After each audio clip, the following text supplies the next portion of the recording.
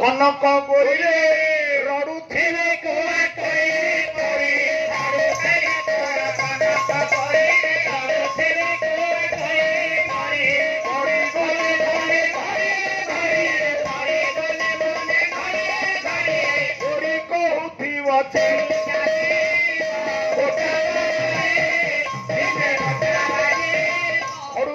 तोर कनक गोरी रड़ुथिब कुआ कोइली परी जदि मो स्त्री आगरु मु मरी जाए मो स्त्री हाथर संख्या से दिन भांगी देबे मंदर सिंदूर पोछि देबे भांगी देई कौन करिवे बड़ बड़ काठ परी गड़ गड़ चोरी जाई परी देबे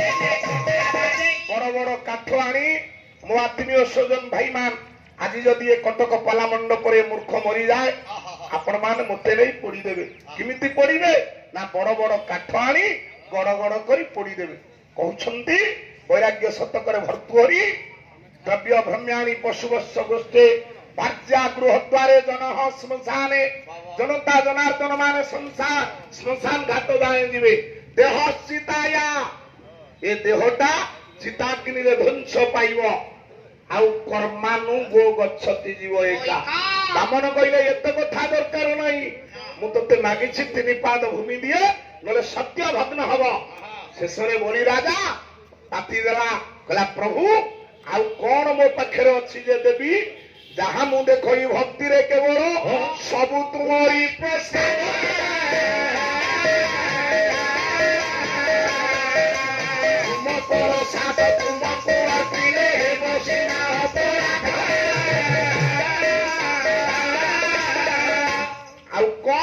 प्रभु ये संसार रे सब होछि आपणकर केवल ये शरीर मु रखिछि मो निकटरे ये शरीरटा तो पक्षरे देई दउछि आपण मानकर गीतार भगवान कहिले सर्वधर्मान परित्यज्य मामेकं शरणं व्रज अहं त्वं पशब्दो पापेभ्यो मुक्तयामि मां शुचा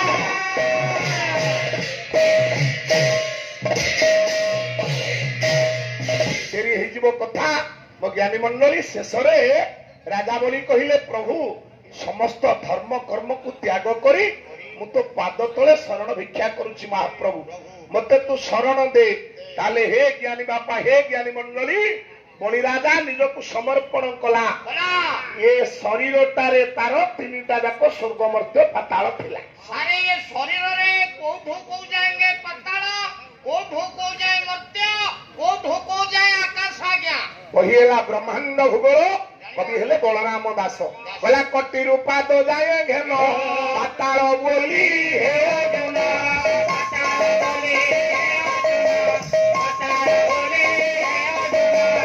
अंधर कटी मत्य बोली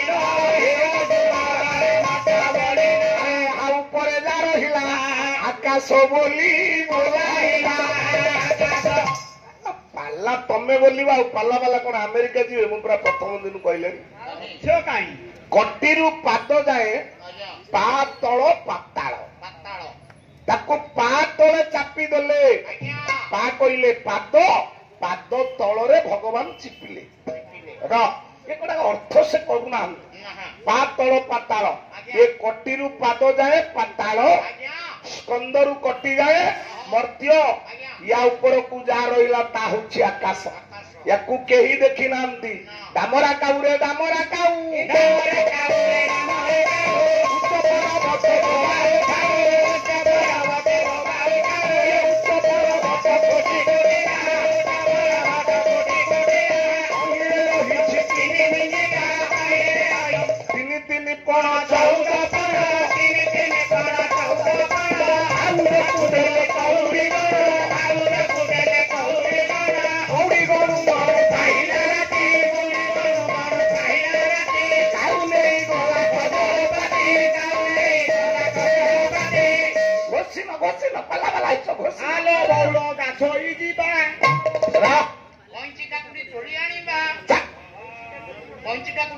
ଶେଷରେ ବଳି ରାଜା ନିଜର ଶରୀର ସମର୍ପଣ କରିଦିଏ ଜ୍ଞାନୀ ବାପା।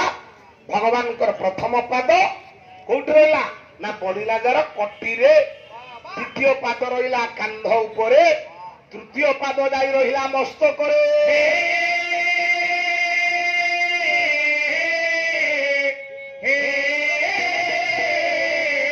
ଶୁକ୍ଲାମ୍ବରଧର ବିଷ୍ଣୁ ଶଶିବର୍ଣ୍ଣଂ ଚତୁର୍ଭୁଜ ପ୍ରସନ୍ନଂ ବେଦଧ୍ୟାୟ ସର୍ବବିଘ୍ନ ପ୍ରସନ୍ନ।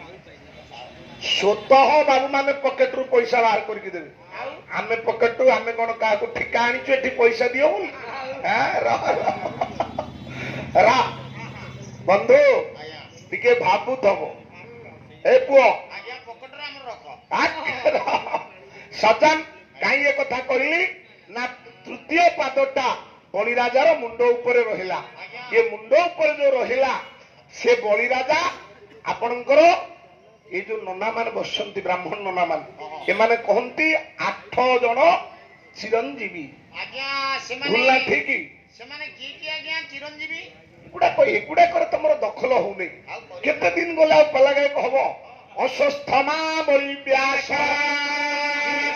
ହନୁମାନ ପରଶୁରାମ ଚିରଞ୍ଜୀବୀ କଣ୍ଡେୟ ତଥାଷ୍ଟମ।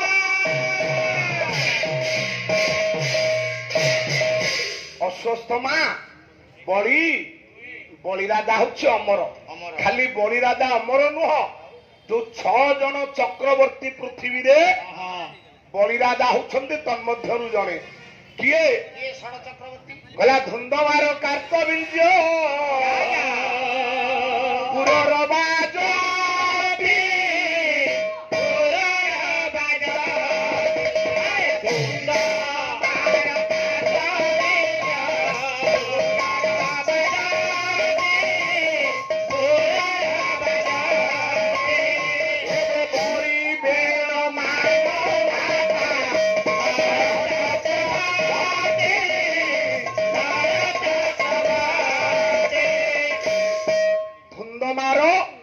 କାର୍ତ୍ତବୀର୍ଯ୍ୟ ପୁରରବା ବଳି ବେଣ ମାନ୍ଧାତା ଇଏ ହଉଛନ୍ତି 6 ଚକ୍ରବର୍ତ୍ତୀ ଭିତରେ ବଳିରାଜା ସ୍ଥାନ ପାଇଲା।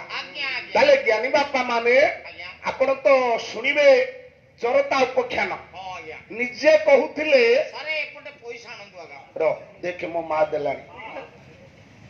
ନାରାୟଣଂ ପରା ବେଦା ନାରାୟଣଂ ପରା ଅକ୍ଷର ନାରାୟଣଂ ପରା ଗତି ନାରାୟଣଂ ପରା ମୁକ୍ତି। ଭଗବାନ ନାରାୟଣ ତମର ସହ ପରିବାରର ମଙ୍ଗଳ କରନ୍ତୁ ବଟେଶ୍ୱର ମହାପ୍ରଭୁ।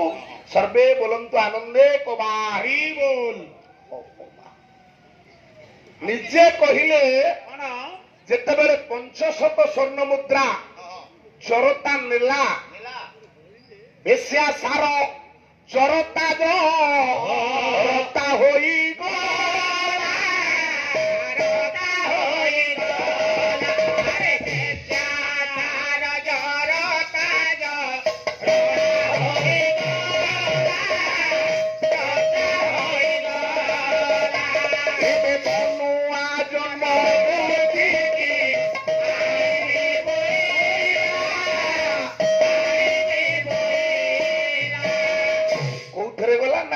ଡଙ୍ଗାରେ ଗଲା।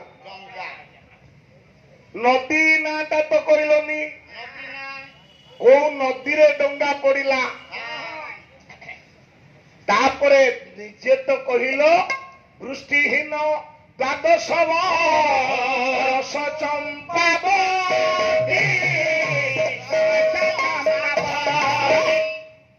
ବୃଷ୍ଟିହୀନ 12 ବର୍ଷ ଚମ୍ପାବତୀ। ତମେ ବୋଲିଲ ଭଞ୍ଜ ଲେଖିଛନ୍ତି ଏ କଥା। ବୃଷ୍ଟିହୀନ ବର୍ଷା ନାହିଁ। କେତେ ବର୍ଷ ନା 12 ବର୍ଷ। ଆପଣଙ୍କର ପାତକୀ ବହିରେ ଲେଖିଛନ୍ତି କବି ମଞ୍ଜୁଳ କୃଷ୍ଣ ପ୍ରସାଦ ବସୁ। କହିଲା ବୃଷ୍ଟିହୀନ 12 ବର୍ଷ